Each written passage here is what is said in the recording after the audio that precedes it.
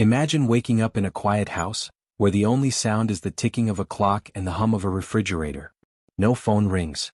No voices call your name. No one is expected to knock on the door. For millions of elderly individuals around the world, this isn't just a moment of solitude, it's their entire reality. The idea of growing old without anyone to care for you can be terrifying. It brings up feelings of abandonment, helplessness, and fear. But while this reality may sound bleak, the truth is that aging alone doesn't have to mean suffering alone. With awareness, preparation, and a few smart strategies, elderly individuals can continue to live with dignity, independence, and even joy. Take the story of Mr. Harold, for example. Harold is 84 years old. His wife passed away 6 years ago, and his 2 sons moved overseas. For a while Harold was doing fine. He kept himself busy reading newspapers, walking around his block, and talking to the occasional neighbor. But slowly the loneliness crept in. Days began to blend together. Meals became simpler and less frequent. His medication schedule became inconsistent, and one rainy morning he slipped in the bathroom. He lay there for hours, unable to move, his phone just out of reach. It wasn't until a mail carrier noticed the newspapers piling up at his doorstep that someone came looking for him. This scenario is more common than you might think. According to various health studies, seniors who live alone are at significantly higher risk for depression, malnutrition, falls, and even early death. Without regular social interaction or a caregiver to provide daily support, elderly people often go unnoticed when they're in trouble. Loneliness has even been compared to smoking in terms of its impact on long-term health. It's not just about being alone, it's about what happens because you're alone. But here's the important truth: being elderly and alone doesn't have to lead to tragedy. Not every senior who lives alone ends up forgotten or neglected. In fact, many thrive with the right systems, tools, and mindset. It starts with understanding the risks, then empowering yourself or your loved ones with ways to live safely, even without daily care. There are real steps you can take to protect your health, stay connected, and find purpose, even if you have no close family nearby. One of the most critical steps for any senior living alone is to establish a daily check-in system. It doesn't have to be complicated. A simple phone call each morning with a neighbor, a friend, or even a community service can provide reassurance and serve as a lifeline in emergencies. There are even free services in some areas where volunteers call elderly residents just to make sure they're okay.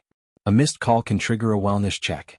This small action, a voice on the other end of the line, can literally save a life. Another essential component of living alone safely is the use of smart technology. We live in a world where devices can do incredible things. Why not use them to enhance safety? Medical alert systems with fall detection, voice-activated assistants like Alexa or Google Home, and even wearable health monitors can create a safety net. Imagine being able to say, "Call 911," from any room in your home, or having a bracelet that automatically alerts emergency services if you fall. For many seniors, these aren't luxuries. They're necessities that provide peace of mind and security. Beyond technology, preparedness is key. Having an emergency binder with all your essential health information is one of the most practical safety measures you can take. This includes a list of medications, allergies, medical conditions, doctor's numbers, insurance information, and emergency contacts.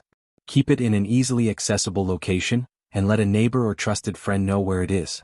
In case of a medical emergency, this binder can guide first responders or hospital staff when you might not be able to speak for yourself. While physical safety is crucial, emotional safety matters just as much. Seniors who live alone often deal with crushing loneliness. It can sap energy, dull motivation, and lead to mental health issues. That's why building a micro-community, even a small one, can be life-changing. You don't need dozens of friends. A few meaningful connections can be enough to create a support system. This could mean joining a local senior center, attending community church services, volunteering, or simply introducing yourself to neighbors. You'd be surprised how many people are open to connection once someone makes the first move. Routine is another underrated yet powerful tool. Establishing a daily rhythm gives life structure and helps maintain mental sharpness. Whether it's morning stretching, regular meals, an afternoon walk, or an evening call to a friend, having a predictable pattern can reduce confusion, support physical health, and create a sense of purpose. When seniors feel like their day has meaning, they're less likely to fall into the depressive cycles that loneliness can bring. Of course, all of this requires a certain mindset shift. Living alone doesn't have to mean isolation. It can mean freedom.